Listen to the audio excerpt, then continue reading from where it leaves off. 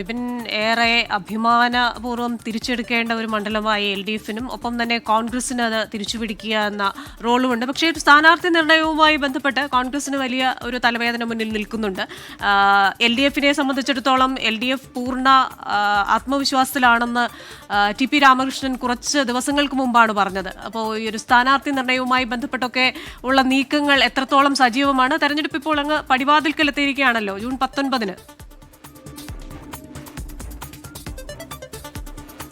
അതെ ക്രിസ്റ്റീന, എന്നായിരിക്കും തിരഞ്ഞെടുപ്പ് എന്നുള്ള ഒരു വലിയ ചോദ്യം തന്നെ നിലമ്പൂരിനെ സംബന്ധിച്ച് ഉണ്ടായിരുന്നു. അപ്പോൾ അതിൻ്റെ ഇടയിൽ ഈ പാകിസ്ഥാൻ ഭീകരാക്രമണ സംഭവമൊക്കെയുമായി ബന്ധപ്പെട്ട് തിരഞ്ഞെടുപ്പ് ഇനിയും വളരെ നീളും എന്നുള്ള ഒരു ആശങ്കയെ കാര്യങ്ങളൊക്കെ നിലനിന്നിരുന്നു. ഇതിനിടയിലാണ് ഇപ്പോൾ ജൂൺ 19 തീയതിയിലേക്ക് തിരഞ്ഞെടുപ്പ് എന്നുള്ള പെട്ടെന്നുള്ള ഒരു പ്രഖ്യാപനം തന്നെ വരുന്നത്. കാരണം ഇവിടുത്തെ രാഷ്ട്രീയ പാർട്ടികളെല്ലാം തന്നെ എല്ലാ ഒരുക്കങ്ങളും പൂർത്തിയാക്കിയിരുന്നു. പല ഘട്ടങ്ങളിലും അത് ചുമരെഴുത്ത് വരെ എത്തിയിരുന്നു. അങ്ങനെ ഒരു അനൗദ്യോഗിക പ്രചാരണം UDFിൻ്റെ ഭാഗത്തു നിന്നും LDFിൻ്റെ ഭാഗത്തു നിന്നും ആരംഭിക്കുകയും ചെയ്തിരുന്നു. പിന്നീട് അത് കുറച്ച് തണുത്തുപോയ ഒരു സാഹചര്യത്തിലായിരുന്നു. ഇപ്പോൾ പെട്ടെന്നാണ് ഇത് പ്രഖ്യാപിച്ചിരിക്കുന്നത്. ഒപ്പം തന്നെ അതിശക്തമായ മഴ മലപ്പുറം ജില്ലയിൽ തുടരുകയുമാണ്. നിലമ്പൂർ ആ ഒരു മഴയുടെയൊക്കെ ഒരു ആശങ്കയിലേക്ക് നിൽക്കുന്ന സമയത്ത് കൂടിയാണ് ഉപതെരഞ്ഞെടുപ്പിൻ്റെ ചൂട് ഇപ്പോൾ വരുന്നത്. ഒപ്പം ഇനിയിപ്പോൾ സ്ഥാനാർത്ഥി നിർണയ ചർച്ചകളിലേക്ക് പറഞ്ഞതുപോലെ തന്നെ കടക്കുകയാണ്.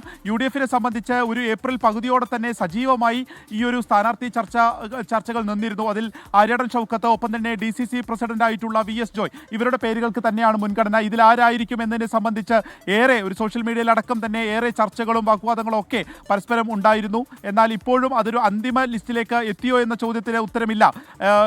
ഇന്ന് എന്നാണോ തിരഞ്ഞെടുപ്പ് പ്രഖ്യാപിക്കുന്നത് അന്ന് തന്നെ UDFിൻ്റെ സ്ഥാനാർത്ഥി ഉണ്ടാകുമെന്നുള്ളത് കെ സി വേണുഗോപാൽ ഉൾപ്പെടെയുള്ള മുതിർന്ന നേതാക്കളെല്ലാം തന്നെ പറഞ്ഞിട്ടുണ്ട്. അങ്ങനെയാണെങ്കിൽ ഇന്നോ അല്ലെങ്കിൽ നാളെ രാവിലെ തന്നെയോ UDFിൻ്റെ സ്ഥാനാർത്ഥി ഉണ്ടാകാനാണ് സാധ്യത. അതിൽ ആർക്കായിരിക്കും മുൻതൂക്കം എന്നുള്ളതും കണ്ടറിയേണ്ടതുണ്ട്. കാരണം ക്രിസ്ത്യൻ വോട്ടുകൾ ഉൾപ്പെടെയുള്ളവ വളരെ നിർണായകമായി നിൽക്കുന്ന ഒരു മണ്ഡലം കൂടിയാണ്. മറ്റൊന്നുള്ളത് PV അൻവർ ഏത് രീതിയിൽ അതിനെ എടുക്കും എന്നുള്ളത് കൂടി ഉണ്ട്. കാരണം PV അൻവറിനും LDFിനും UDFിനും മാത്രമല്ല, ഇതൊരു അഭിമാന പോരാട്ടമായി PV അൻവറിന് കൂടിയുണ്ട്. അപ്പോൾ PV അൻവർ ഏത് സ്ഥാനാർത്ഥിയായാലും പിന്തുണയ്ക്കും. കാരണം UDFിലേക്കുള്ള ഒരു മുന്നണി പ്രവേശനം മാത്രമാണ് മുന്നിലുള്ള ചർച്ച എന്ന് അദ്ദേഹം ഇതിനു മുൻപ് പറഞ്ഞിരുന്നു. അത്തരത്തിലുള്ള ചർച്ചകൾ ഒക്കെ നടത്തുകയും ചെയ്തിരുന്നു. അല്ലെങ്കിൽ VS ജോയിക്ക് വേണ്ടി PV അൻവർ എന്നുള്ള രീതിയിലേക്കൊക്കെ ചർച്ചകൾ പോവുകയും ചെയ്തിരുന്നു. അപ്പോൾ അത് എത്രത്തോളം UDF എടുക്കുന്നു, UDF അതിലെന്തൊരു അന്തിമ തീരുമാനം എടുത്തു എന്ന് കൂടി അറിയേണ്ടതുണ്ട്.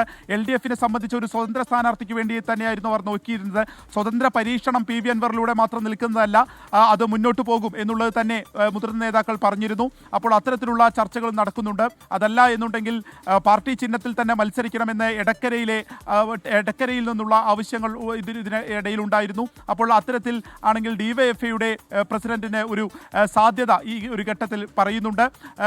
ഒപ്പം തന്നെ BJP ഈ ഒരു ഘട്ടത്തിൽ മത്സരിക്കുമോ എന്നതിനെ സംബന്ധിച്ച് പോലും പല ഘട്ടങ്ങളിലും ഒരു ചോദ്യചിഹ്നം ഉണ്ടായിരുന്നു. കാരണം ആരെ മത്സരിപ്പിക്കും എന്നതിനെയൊക്കെ സംബന്ധിച്ചൊക്കെ വലിയ ചർച്ചകൾ നടന്നിരുന്നു. പക്ഷേ അങ്ങനെ തെരഞ്ഞെടുപ്പിന് വേണ്ടിയിട്ടുള്ള ഒരു ഒരുക്കവും നടത്താൻ നേതൃത്വത്തിൻ്റെ ഭാഗത്തു നിന്ന് അറിയിപ്പ് ലഭിച്ചിട്ടില്ല എന്നുള്ളതായിരുന്നു അന്ന് ഇവിടുത്തെ ജില്ലാ പ്രസിഡന്റായിട്ടുള്ള രശ്മിൽനാഥ് നമ്മോട് 24നോട് പ്രതികരിക്കുകയും ചെയ്തിട്ടുള്ളത്. അപ്പോൾ BJP എന്തായാലും സ്ഥാനാർത്ഥിയെ നിർത്തുമായിരിക്കും. പക്ഷേ അതിനെ സംബന്ധിച്ച് അവരുടെ ഒരു ചർച്ചകളിലേക്ക് കടക്കുകയോ അതല്ലെങ്കിൽ ഒരു തെരഞ്ഞെടുപ്പിൻ്റെ ആ ഒരു പ്രചാരണത്തിലേക്ക് അനൗദ്യോഗികമാണെങ്കിലും ആ ഒരു പ്രചാരണത്തിലേക്ക് കടക്കുകയോ ഇതുവരെ ചെയ്തിട്ടില്ല എന്നുള്ളതും ഏറ്റവും പ്രധാനമാണ്.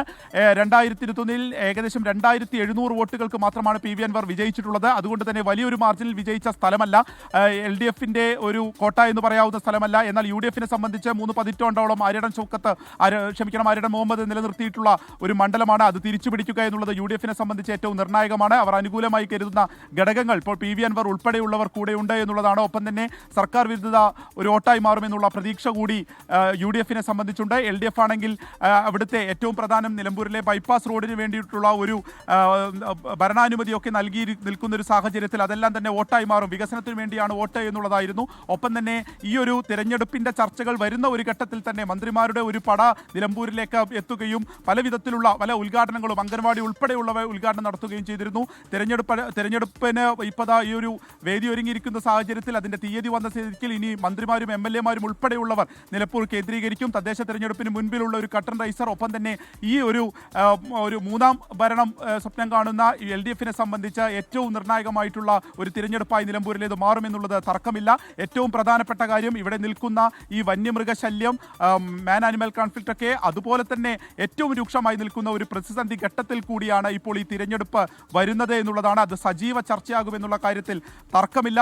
ഒപ്പം വഖഫ് ബിൽ ഉൾപ്പെടെയുള്ളവ നിലമ്പൂരിൽ സജീവ ചർച്ചയാക്കും ഈ മുന്നണികൾ എന്നുള്ള കാര്യത്തിലും ഒരു സംശയവുമില്ല. അങ്ങനെ ഏറ്റവും സജീവമായിട്ടുള്ള ഒരു ഉപതെരഞ്ഞെടുപ്പിനാണ് ഇപ്പോൾ കളമൊരുങ്ങിയിരിക്കുന്നത്. അതിന്റെ തീയതി വന്നിരിക്കുന്നു ജൂൺ 19 എന്നുള്ളതാണ്. ഈ ഒരു മഴയുടെയൊക്കെ ആശങ്ക നിലനിൽക്കുന്ന സാഹചര്യത്തിൽ തന്നെ ഇനി തിരഞ്ഞെടുപ്പിന്റെ ചൂടിലേക്ക് മലപ്പുറം, പ്രത്യേകിച്ച് നിലമ്പൂർ മാറുന്നു എന്നുള്ളതാണ് എടുത്തു പറയേണ്ട കാര്യം. ക്രിസ്റ്റീന. വിപിൻ സി വിജയനാണ് മലപ്പുറത്ത് നിന്ന് വിശദാംശങ്ങൾ നൽകിയത്.